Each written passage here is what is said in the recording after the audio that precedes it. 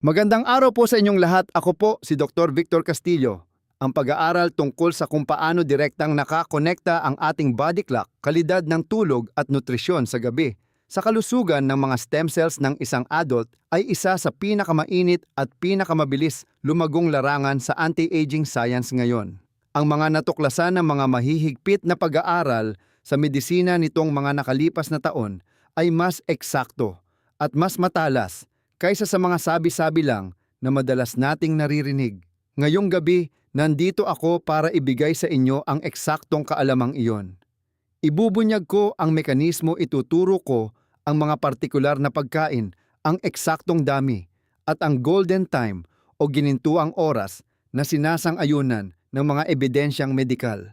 Sa pagtatapos ng video na ito, hawak na ninyo ang kapangyarihan para baguhin ang inyong kalusugan ngayong gabi mismo at hindi na kailangang maghintay pa sa susunod na buwan o susunod na taon. At gaya ng dati bilang isang doktor, kailangan kong magbigay ng mga paalala para sa inyong kaligtasan.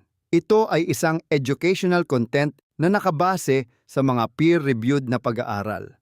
Sa ating pag-uusap ngayon, may mga partikular na interaksyon ng gamot na dapat ninyong tandaan ng mabuti. Kung kayo po ay kasalukuyang umiinom ng gamot para sa depresyon, pampalabnaw ng dugo o gamot na pampababa ng kolesterol, pakiusap po makinig kayong mabuti sa mga babala na ididiin ko sa susunod na bahagi ng video. Bago po tayo magpatuloy, may hihilingin sana akong maliit na pabor. Nakikita ko po sa mga mensahe at komento mula sa mga nanonood ng aking mga videos na hindi nila napapansin na hindi pa pala sila nakasubscribe sa channel. Pwede po bang pakicheck ninyo ngayon kung nakasubscribe na kayo? Libre lang po ito, aabutin lang ng 2 segundo at malaki ang maitutulong nito upang makarating ang channel na ito sa mas maraming Pilipinong tulad ninyo na naghahanap ng totoong impormasyon sa kalusugan na nakabase sa siyensya. Bago po kayo pumunta sa palengke o supermarket para bumili ng pagkain, kailangan ko munang ibigay sa inyo ang isang mapa para maintindihan ninyo ang lahat mula sa ugat. Dahil kung hindi ninyo maiintindihan, ang pinakadakilang dahilan kung bakit nakatali ang buhay ng stem cells sa inyong pagtulog, ang ibibigay kong meal plan ay magmumukhang sa pilitan lang. Kapag naintindihan ninyo kung paano gumagana ang makina ng inyong katawan, magiging napakalinaw ng lahat at kusa ninyo itong susundin dahil alam ninyong nililigtas ninyo ang inyong sarili. Ang grupo ng adult stem cells sa ating katawan ang nagsisilbing maintenance infrastructure natin. Isipin po ninyo ito. Ang mga hematopoietic stem cells sa inyong bone marrow ay kailangang magpakahirap gumawa ng halos 200 bilyong bagong blood cells at immune cells araw-araw. Isa itong pabrika na tuloy-tuloy ang trabaho at walang day off o holiday. Ang mesenchymal stem cells naman sa ating connective tissues ay tahimik na naglalakad para tagpiin ang mga maliliit na sira sa inyong mga muscles at kasukasuan matapos ang maghapong paglalakad at pagtatrabaho. At ang mga intestinal stem cells ay gumagawa ng isang nakakamanghang trabaho, muli nilang binubuo at pinapalitan ang buong lining ng inyong bituka tuwing 3 hanggang 5 araw. Kailangan nilang panatilihin ang isang harang na parang barbed wire para hindi makapasok sa dugo ang mga nakakalasong bakterya mula sa dumi habang pinapanatiling makinis ang ibabaw ng bituka para makasipsip ng sustansya mula sa pagkain. Ngayon, hayaan ninyong buksan ko sa inyo ang Youth Regeneration Menu o menu para sa pagpapabata na may eksaktong detalye na hinihingi ng siyensya. Ang mga pagkain ito ay minahan ng ginto pagdating sa tryptophan. Nangunguna sa listahan ay ang buto ng kalabasa. Sa mundo ng mga natural na pagkain, ang buto ng kalabasa ang kampeon sa pagbibigay ng tryptophan na may pinakamataas na dami na talagang nangunguna sa lahat. Isang maliit na dakok lang nito, mga 28 gramo. Nakasya lang sa inyong palad ay naglalaman na ng 160 miligramo ng purong tryptophan na handang-handa nang pumasok sa inyong dugo sa ginintuang oras bago matulog. Pero ang nagpapahalaga ng sobra sa buto ng kalabasa ay hindi lang dahil nagbibigay ito ng raw material o hilaw na materyales na tryptophan. Binalot na mismo ng inang kalikasan sa loob ng buto ng kalabasa ang magnesium at zinc, ang dalawang tagahinang nasapilitang kailangan naroon para makumpleto ang huling yugto ng paggawa ng melatonin. Kapag ngumuya kayo ng isang dakok ng buto ng kalabasa, nagbibigay kayo sa inyong katawan ng isang buo at perpektong production line. Napakasimple lang kumuha ng isang dakok ng buto ng kalabasa at nguyain ng dahan-dahan mga 90 minuto bago kayo pumikit at matulog. Hindi kailangang lutuin ng matagal at hindi rin ito nakakabigat sa tiyan. Ang susunod ay ang walnuts. Ang bawat 30 gramo ng walnuts ay nagbibigay ng humigit kumulang 150 miligramo ng tryptophan. Pero ang sikretong sandata ng walnut ay umaapaw ito sa alpha-linolenic acid. Ang omega-3 na ito ay ang perpektong laryo o bricks para buuin ang matibay at malambot na cell membrane para sa inyong mga stem cells. Habang mas malusog at makinis ang membrane, mas nagiging sensitibo at mas magaling sumalo ng signal ang mga locks ng melatonin sa ibabaw ng stem cell. Pwede ninyong papakin ang 30 gramo ng hilaw na walnuts o kaya ay durugin ito at ihalo sa isang maliit na baso ng unsweetened yogurt na kakainin ninyo sa gabi.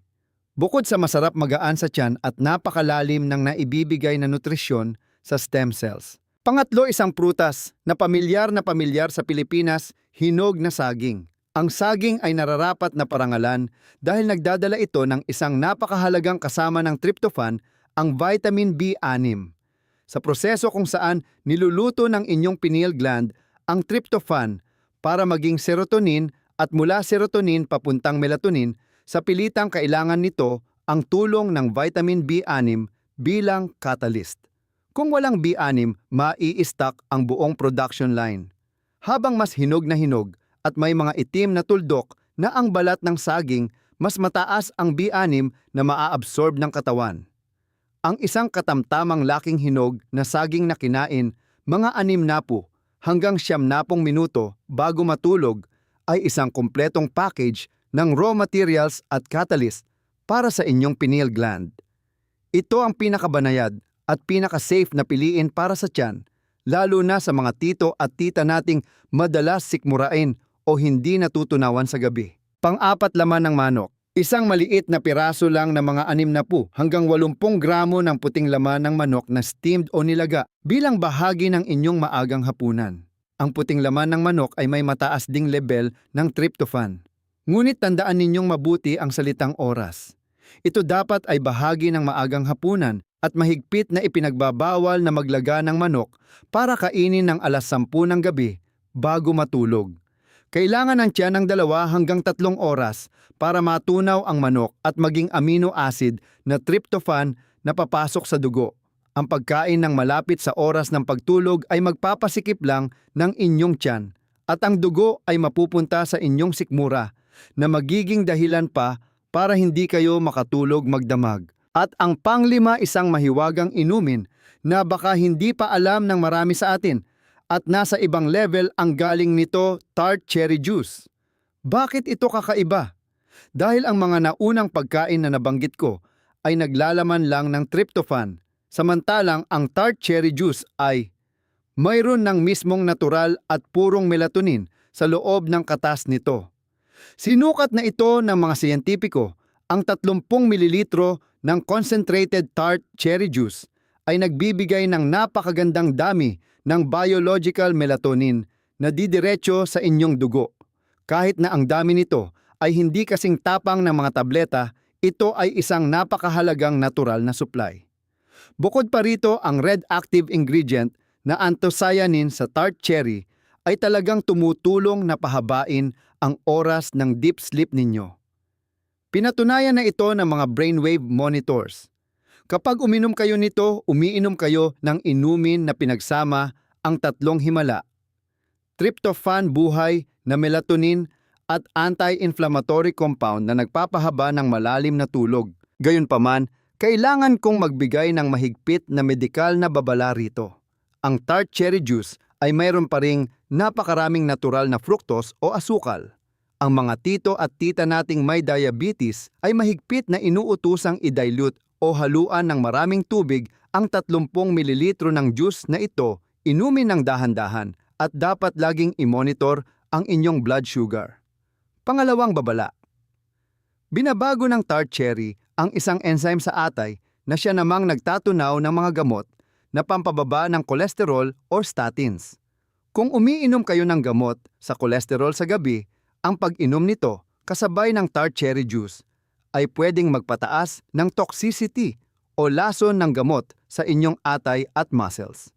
Sa pilitang kailangan ninyong tanungin muna ang inyong cardiologist o doktor sa puso bago ito idagdag sa inyong diet. Ngayon, pupunta na tayo sa pangalawang mekanismo ng pag-aayos at ito ay nakadepende sa wala kayong kakainin. Ang mekanismo ng pag-aayuno sa gabi o overnight fasting. Kung ang pagkain ng buto ng kalabasa ay tumutulong sa melatonin na gisingin ang mesenchymal stem cells, ang pag-aayuno naman ay gumigising sa isa pang hukbo, ang hematopoietic stem cells, sa pamamagitan ng pagkalag sa kanila mula sa pagkakatali ng insulin. Ang pinakamalinaw na patunay nito sa katawan ng tao ay kapo-publish lang noong 2025 ng mga siyentipiko mula sa Abu Dhabi Stem Cell Center. Kinuhaan nila ng dugo ang 10 volunteers na nag-fasting tuwing buwan ng Ramadan sa loob ng 30 araw. Ang resulta ay gumulat sa buong mundo ng hematology.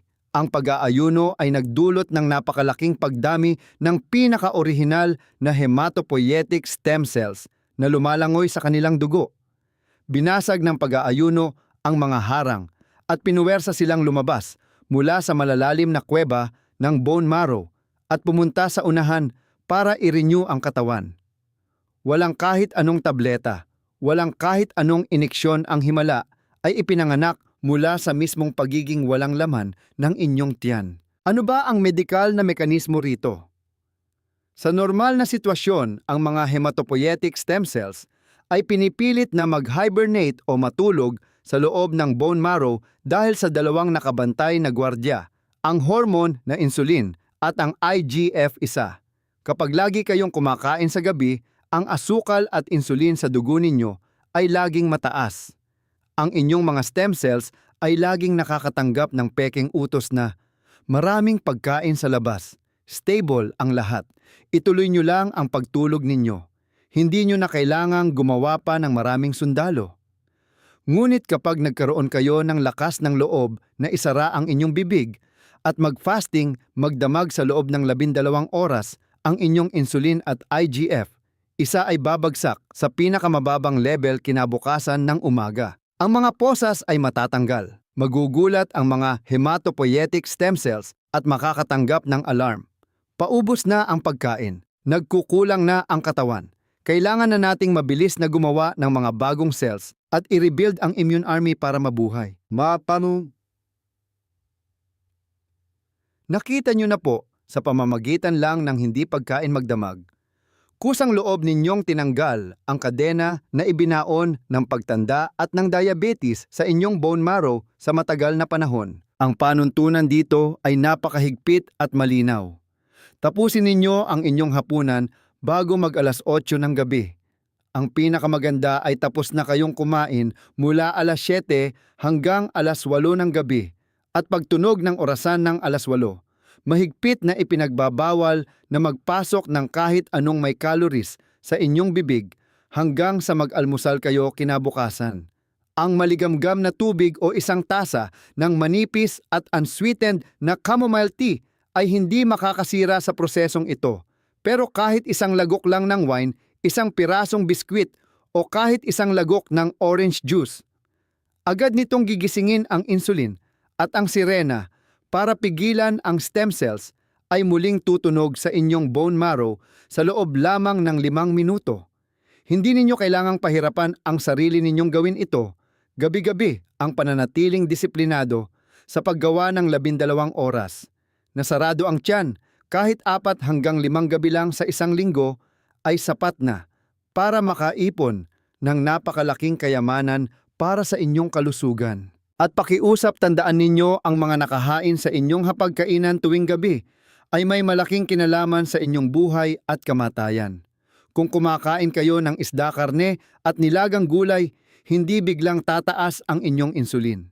Pero kung kakain kayo ng isang bundok ng puting kanin pansit o lulutuin ninyo ang isang matamis na kakanin, sa hapunan ang inyong insulin ay sisipa pataas sa kisame. Aabutin ito ng hating gabi bago bumaba at dahil diyan kayo mismo ang sumira sa ginintuang oras para makalaya ang inyong hematopoietic stem cells. Para sa hapunan gawing kaibigan ang isda lean meat tokwa at isang malaking bandehado ng berdeng gulay. Limitahan hanggat maaari ang puting kanin. Ang pangatlong mekanismo at ang huli ay direktang nakatutok sa intestinal stem cells. Ang magpapasya kung maa-absorb ba ninyo ang nutrisyon o magkakaroon kayo ng acid reflux at pamamaga ng bituka sa inyong pagtanda. At may kinalaman ito sa isang hindi nakikitang orasan, ang circadian rhythm o biological clock. Gaya ng sinabi ko, ang mga intestinal stem cells ang pinakamabilis magtrabaho. Kailangan nilang palitan at buuin ulit ang buong lining ng bituka tuwing 3 hanggang 5 araw. Ipinaliwanag na ng malinaw ng siyensya kung paano sila nagtatrabaho. Ang mga cells na ito ay hindi nagmumultiply ng walang sistema. Ang kanilang schedule sa trabaho ay nakalock at 100% na kinokontrol ng 2 genes na tinatawag na clock genes.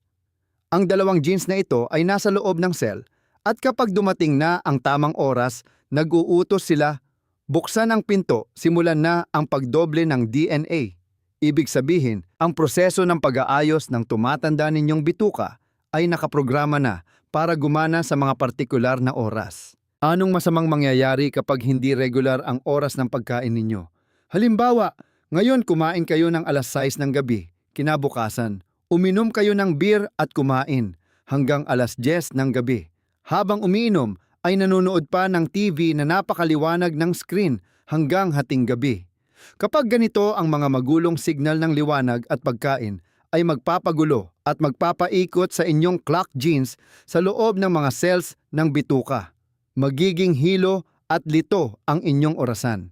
Gagawa pa rin naman ng bagong cells ang stem cells ng bituka, pero dahil sila ay lito at hindi sabay-sabay ang kalalabasan, ay sira-sira. Ang resulta nito ay isang mahina at manipis na lining ng bituka, nagkakaroon ng tagas, kaya nakakapasok ang bakterya at ang kakayahang humigop ng sustansya mula sa pagkain ay napaparalisa. Halos lahat ng mga lolo at lola natin na lampas 60 anyos na nagrereklamo na lagi silang kinakabag, hindi natutunawan, laging bloated at nauutot. Madalas isinisisi ito sa mahina ng tiyan dahil sa katandaan. Hindi po iyan totoo. Mga tito at tita ang kasalanan ay dahil sinira ninyo ang biological clock ng inyong intestinal cells. Ang kaisa-isang paraan para ayusin ito, ang pinakamura at pinakaepektibo, ay kumain kayo ng hapunan sa parehong oras araw-araw. Ang paulit-ulit na pagiging eksakto sa oras na iyon sa ilalim ng palabo ng ilaw tuwing gabi ay magiging isang matigas na utos para kusa nitong i-adjust ang biological clock sa inyong bituka. Hindi naman kailangang sobrang higpit na eksakto hanggang sa minuto, pero kung nakasanayan ninyong kumain ng alas 7 ng gabi, piliting panatilihin ang ritmo na iyon. Ang pagiging on time na ito ay isang napakalaking pinagkukunan ng lakas para sa inyong intestinal cells na muling itayo ang inyong kaharian ng pagtunaw. Ngayon, gusto kong formal na pagsama-samahin ang lahat ng magagandang kaalamang medikal na ito sa isang nighttime regeneration protocol na napaka-praktikal at madaling gawin para sa sinumang pamilyang Pilipino.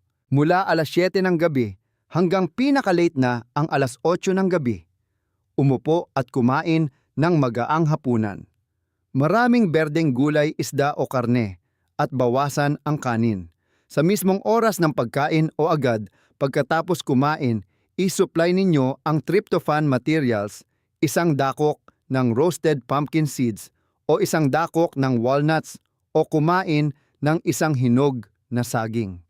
Kung mayroon kayong tart cherry juice, maghalo ng 30 ml sa 100 at 50 ml ng tubig at inumin ito ng dahan-dahan.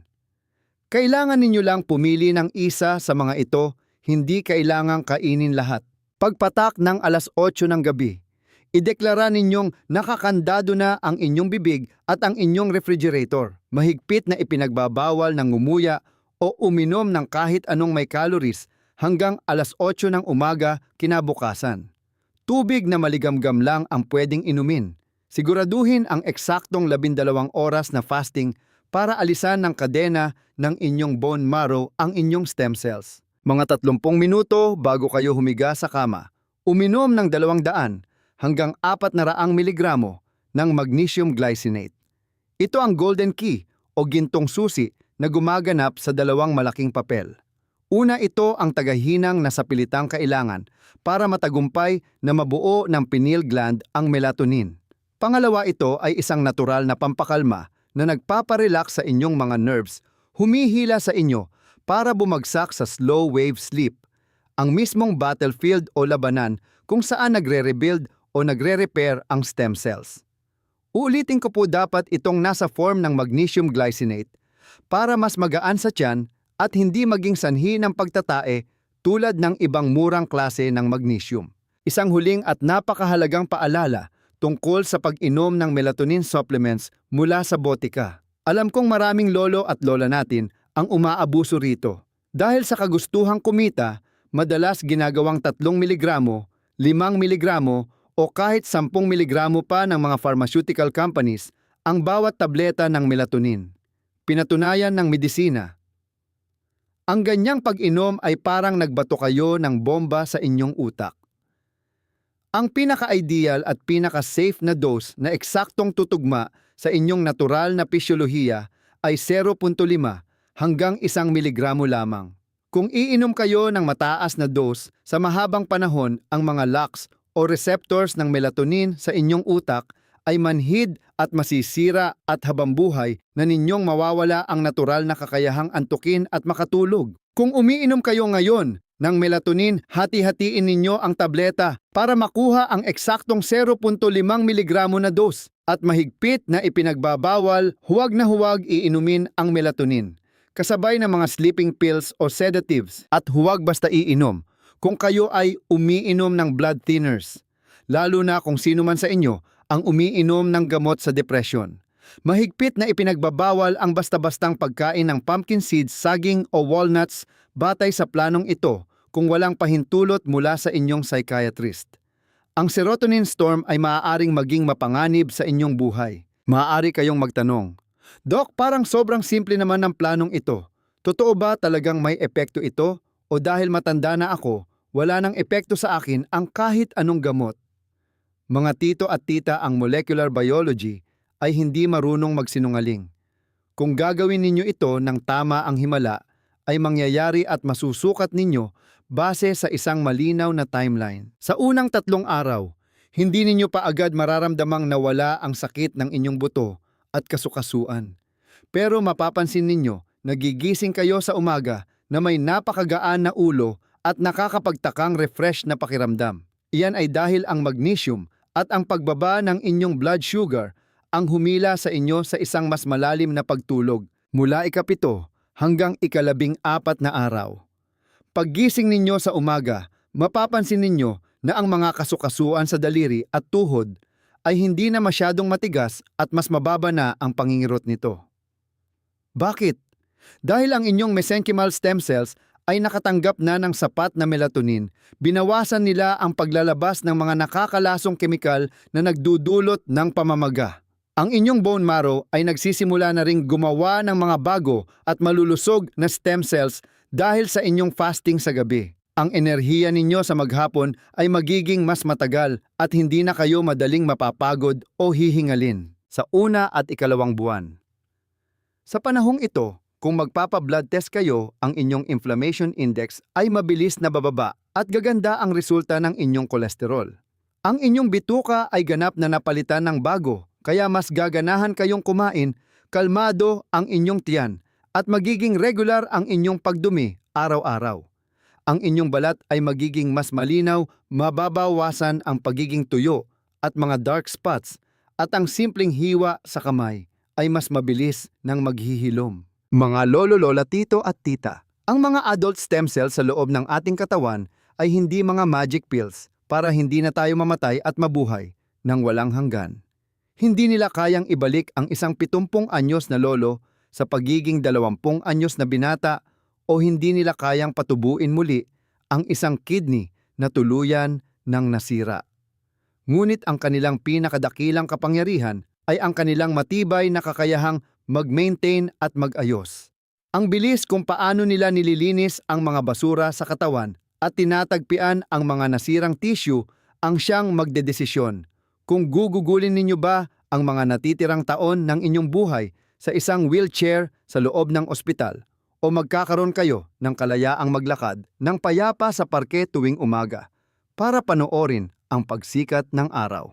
Ang paggawa ng perpektong kapaligiran para sila ay makapagtrabaho ng maayos ay hindi nangangahulugang kailangan ninyong gumastos ng daan-daang libong piso para pumunta sa ibang bansa at magpa-inject ng kaduda-dudang stem cell treatments. Ito ay hawak ninyo at 100% ninyong kontrolado. Ang kapangyarihang iyon ay nasa isang dakok ng pumpkin seeds. Bawat gabi, nasa inyong tapang na itabi ang natirang kanin kapag pumatak na ang alas 8 ng gabi at sa 2 maliit na tableta ng magnesium. Ang pagiging simple ng planong ito ay hindi nangangahulugang ito ay ordinaryo lamang. Ito ang produkto at pagsasama-sama ng mga pinakamagagaling na scientific minds na nagbibigay ng liwanag sa malalim na koneksyon sa pagitan ng maliliit nating nakasanayan araw-araw at ang bawat cell na humihinga sa loob ng ating katawan. Ang inyong youth repair team ay laging nakastandby sa inyong bone marrow. Nakaredy na ang kanilang mga makina, nakahalo na ang kanilang semento. Naghihintay lamang sila na patunugin ninyo ang sirena mula sa inyong pineal gland para makapagsimula sila sa trabaho. Ibigay ninyo sa kanila ang signal ngayong gabi. Ang mahalagang aral, ang pinakamalakas at pinakaepektibong manggagamot ay nasa loob ng ating katawan at ang tanging kailangan nila ay ang tamang oras at tamang materyales. Sa pamamagitan ng pag-aayuno sa gabi at pagkain ng wasto bago matulog, hindi lang tayo natutulog. Tayo ay gumagaling at bumabata muli. Bigyan natin ang ating katawan ng respetong nararapat para ito mismo ang mag-ayos at magligtas sa atin sa mga sakit. Ako po si Dr. Victor Castillo. Kung naramdaman po ninyong ang mga ibinahagi ko ngayon ay nagbigay ng liwanag sa ilan sa mga inaalala ninyo tungkol sa inyong kalusugan. Sa susunod ko pong video, hihimayin ko naman ang mangyayari sa inyong stem cells kapag ginawa natin ang isang biological major surgery, ang pag-aayuno ng buong 48 oras. Ito ay magiging isang kahangahangang shock o pagkabigla sa katawan na talagang magbabalik buhay sa inyong dugo at laman. Sana po ay makapaglaan kayo ng 1 minuto para mag-iwan ng komento sa ibaba para ipaalam sa akin. Ano po ba ang madalas ninyong kinakain bago kayo matulog sa gabi? O mayroon ba kayong mga katanungan na gusto ninyong ipaliwanag ko ng mas malalim? Babasahin ko po lahat ng inyong mga kwento. Huwag po ninyong kalimutang i-click ang subscribe button at i-share ang video na ito sa inyong mga kaibigan, pamilya o kahit sinong alam ninyong nahihirapan sa pagtulog at laging dumadaing ng pananakit ng katawan. Hanggang sa muli po nating pagkikita na puno ng liwanag at totoong siyensya sa aking susunod na video. Hangad ko po na magkaroon kayo ng isang napakahimbing na tulog upang ang inyong kabataan ay muling maibalik. Maraming salamat po.